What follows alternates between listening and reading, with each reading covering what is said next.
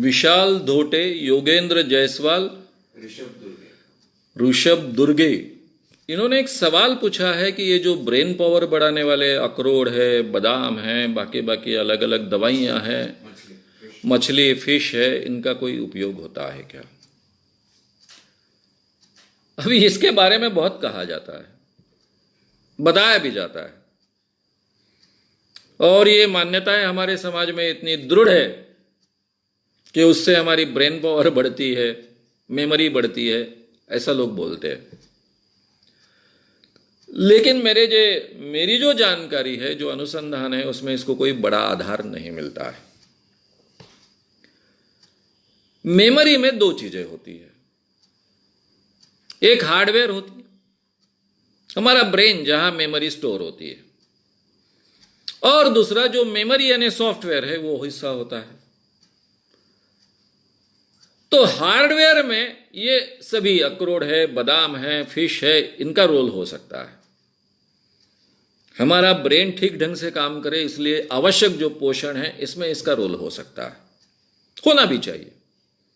भाई हम तंदुरुस्त रहेंगे, हमारे ब्रेन सेल्स बहुत अच्छे ढंग से काम करेंगे तो मेमोरी भी अच्छी स्टोर होगी, मेमोरी का उपयोग भी अच्छा होगा, यहां तक ठीक है। यानी इसका संबंध हमारे ब्रेन के तंदुरुस्ती से है, मेमोरी से नहीं है। ये सबसे पहले हमने समझ लेना चाहिए। अब मेरे माँ को भी लगता था कि मेरा बच्चा होशियार है, उससे ज़्यादा होशियार होना चाहिए। वो रात को 12 बजे तक काम करती थी, स्कूल में टीचर थी, घर में बहुत बड़े मेहमान आते थे, बहुत मेहमान आते थे। उस जमाने में हर एक के घर में मेहमान आते थे। मेरा घर बहुत बड़ा था, 10-11 रूम का घर था, रहने के लिए अच्छी जगह थी, शहर में था, वर्धा जैसे शहर में। आसपास में बहुत रिश्तेदार थे, तो हमेशा रिश्तेदार आते थे।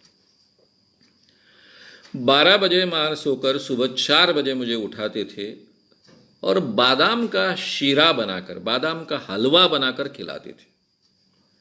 उसको लगता था कि बादाम का हलवा खिलाने के कारण ये लड़का बहुत होशियार बनेगा।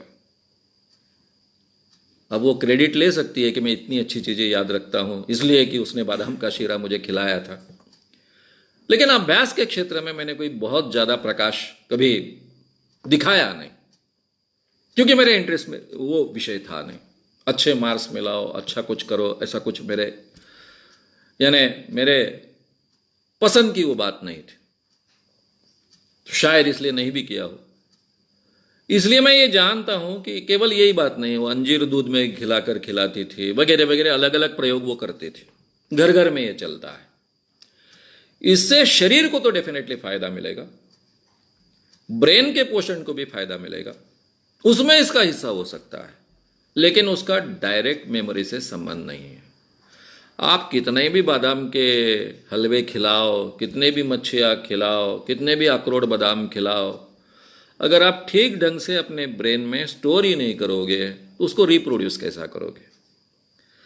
ब्रेन में स्टोर करना और उसको रिप्रोड्यूस करना ये एक टेक्निक है बुद्धि के क्षेत्र में। जो नेचुरल चीजें होती है, हमने पहली बार हिमालय देखा, जिंदगी भर हमको याद रहेगा, क्योंकि वो अनुभव ही अद्भुत होता है। पहली बार ताजमहल देखा, उसके बाद मैंने 20 बार तो भी ताजमहल देखा होगा, लेकिन पहली बार जो ताजमहल देखने का इंप्रेशन है वो जिंदगी भर हमारे याद रहेगा।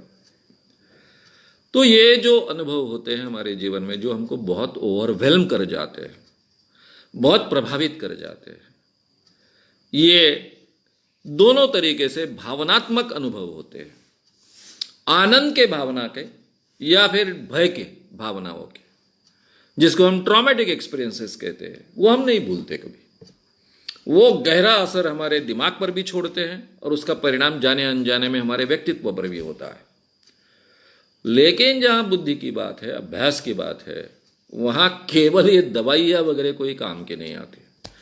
शरीर और ब्रेन के पोषण के लिए उनका उपयोग हो सकता है। याद रखना